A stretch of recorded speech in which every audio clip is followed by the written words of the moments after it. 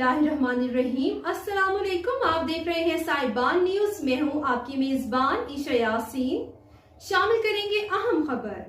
सियालकोट में यौम इस्तेहसाल कश्मीर की मरकजी तकरीब कचहरी चौक पर मुनक्किद हुई। तकरीब के मेहमान खुसूसी डिप्टी कमिश्नर अवैस मुश्ताक थे।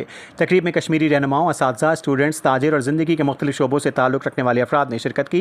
तकरीब में मजलूम कश्मीरी आवाम से इज़हार यकजहती के लिए 1 मिनट की खामोशी इख्तियार की गई, फिर सायरन बजाए गए। तकरीब में शुरका ने पाकिस्तान और कश्मीर के झंडे उठा रखे थे। शुरका ने 5 अगस्त को काला कानून नामंजूर, कश्मीर बनेगा पाकिस्तान और दीगर नारों के बैनर्स उठा रखे थे। इस मौके पर कचहरी चौक से एहतजाजी रैली भी निकाली गई।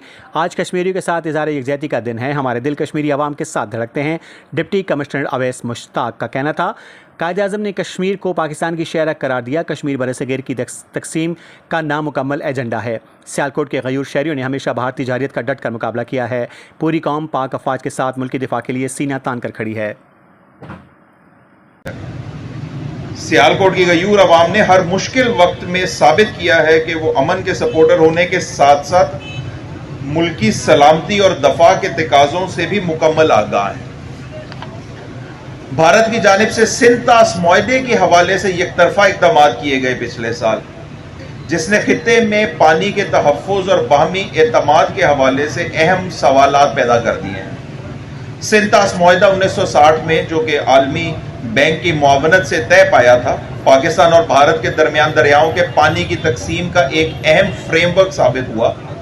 हालिया कशीदगी के बाद भारत की जानिब से इस मुआहदे को भी मुअत्तल किया गया। इससे इस सिचुएशन और ज़्यादा सेंसिटिव या हसास हो गई है। सियालकोट के लिए भारत का ये जारहाना इक़दाम खसूसी अहमियत रखता है, क्योंकि दरियाई चनाब समेत अहम दरियाई निज़ाम हमारे खित्ते से वाबस्ता है।